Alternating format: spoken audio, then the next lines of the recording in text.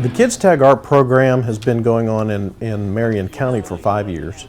The idea came from Polk County Tax Collector. They've been doing it for about 10 years now.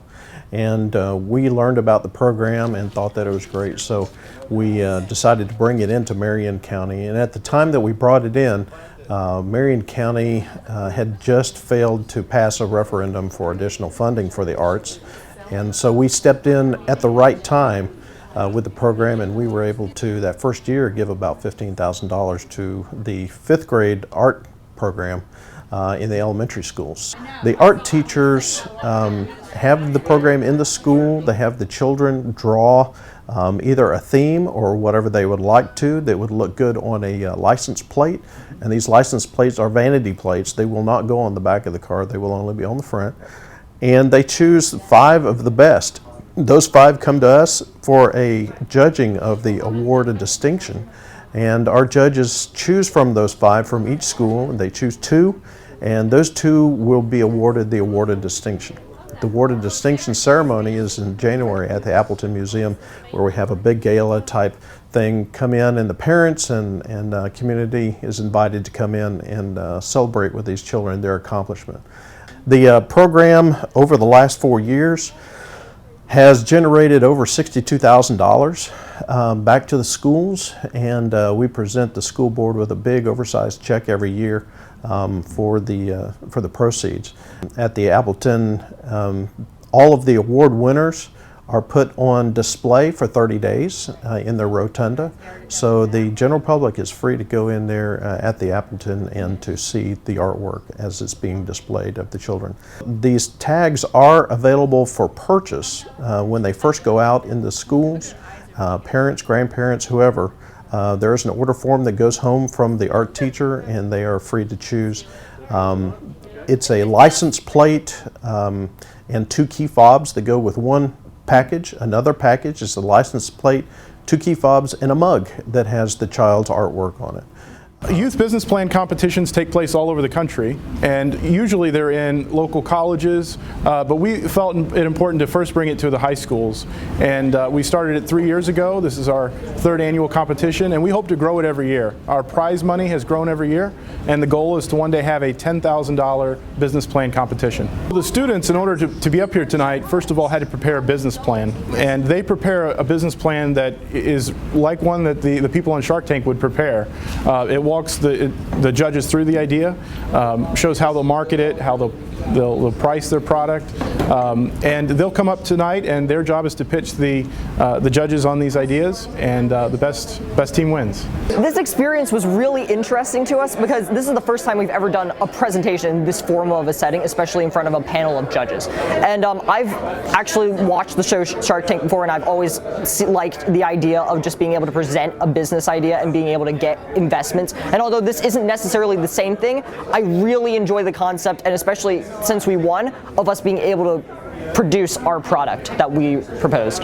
Unlike the show, these aren't investors, they're just judges, and instead of investment money, they're receiving prize money if they win. This is more about introducing the idea of entrepreneurship to students and really getting into the schools and talking about what it means to be a small business person. I think it's extremely important that somebody that has been in their shoes, that it's only been 10 years since they've been in their shoes, can speak to them and give them advice, because that advice is so valuable. You know, when I was in Vanguard High School in 2006, I had no idea what it took to run a business. Crash Mouth initially was just going to be a biometric mouthguard that only sensed concussions, but we realized that this idea had already been done before in a lot of helmets. But we also realized that football isn't just the only sport that has concussions happen. So we decided that since a helmet was way too bulky and obtrusive, we wanted to do something more versatile, so we came up with a mouth guard. And in addition to the concussion sensor, we thought that because a lot of us play sports that might not necessarily have concussions happen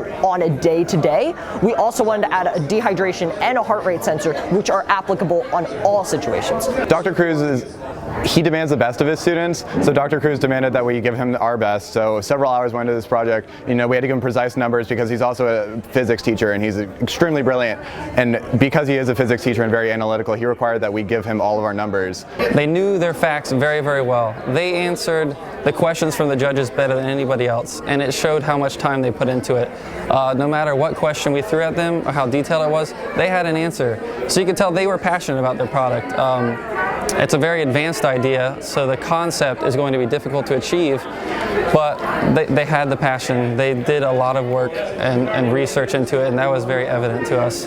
It was a lot of fun to kind of work on a common goal with some people and to actually have a practical use. Most of the time in school, it's a project and it really doesn't have a practical outcome, but this project is actually extremely practical and this could actually change our futures. At the beginning, it was hypothetical, but I think now that this competition goes to prove that it is actually possible for us to become a product.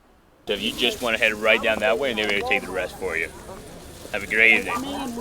Marion County Public Schools are not just institutions of academic learning. They are also communities where real-life lessons are modeled and learned. Basically, at Evergreen Elementary School, we developed this mantra called HOPE. And HOPE stands for helping other people every day. A few weeks ago, I was approached by members of the Unity Group, Miss Tanya Walker and Miss Danelle Pickering, about doing an event at Evergreen Elementary School for the purpose of feeding families who may be in need. And it gives us an opportunity to partnership with the Unity Group, who is sponsored by the Good Samaritan, in conjunction with Farm Share Organization, to bring food items to families who are in need. And for the students of Evergreen Elementary School, receiving the grocery today is just confirmation that there are people in the community that are willing to come out and help and assist with helping other people. And as I look about today, I'm really excited over the fact that many people came out to partake in this event, not just as recipients of the groceries, but also as volunteers to assist in making sure that people are receiving. And in turn, hopefully our students will embrace this concept and go out and help other people as well, to become volunteers, such as the volunteers that have come out today, not just the recipients, but also to be someone that lends a hand in helping other people.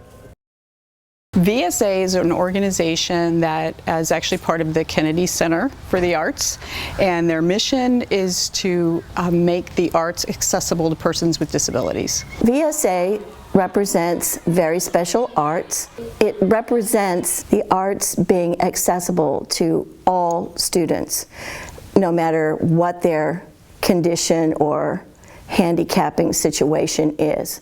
It's always about making sure everyone can participate in some way, because everybody can do something. We started doing this festival, a week-long event. We include some performances. We bring in outside performers and people who exemplify persons with disabilities that are involved in the arts. This year we had our Grand Marshal of our parade, Regis Woods, and his partner Nick, to head that up. Their history and background, again, exemplifies what we're trying to do. He has two unusual legs, and he brought a friend here. They called him Big Nick, and they were in the Olympics and in the 16 Olympics, and so it was a real privilege for us to have him be so close that he could come and talk to our kids and show them that no matter what your situation, you can accomplish things. You don't have to just sit and decide that I can't do this, I can't participate in the world, because he proved very well that with determination, and that's what he told the kids, with determination, with having a goal, with following your dream, you can accomplish miracles. I talk to the kids about overcoming adversity with a positive attitude. I talk to them about not giving up, never quitting, having self-confidence. The kids' reaction was amazing. They all were attentive. They were in awe, and you could tell their little brains was just going. They had so many questions they wanted to ask, and that's why I didn't really speak too long. I basically shared my story, and I opened the floor up for Q&A for these kids, and I answered every question, and it was pretty cool. There's some smart kids here at Maplewood. On your leg, how does like the computer inside it know that when you're on your toe, and that when you're on your toe to release the thing to let it bend? Whoa, dude, you are smart. That's a great question. The way that the knee works is on heel pressure and toe load. So it knows to bend when I put a certain amount of pressure on the toe. It activates the knee, and then it bends, exactly. They asked some very technical questions, and I was like, wow. So that goes to show that the parents, and as well as the teachers, are doing a great job with these students. Dreams can come true. Yes, they do. And they will come true. You just got to stay consistent, stay focused, and never give up. And those dreams will come true. You can do anything if you put your mind to it. And if a child is presented with the opportunity to excel at what they love to do, then there is no limit on it. And it's very, very important for schools to have programs like this, because what it does, the kid already has a physical or mental disability, and they all already feel like they're alone.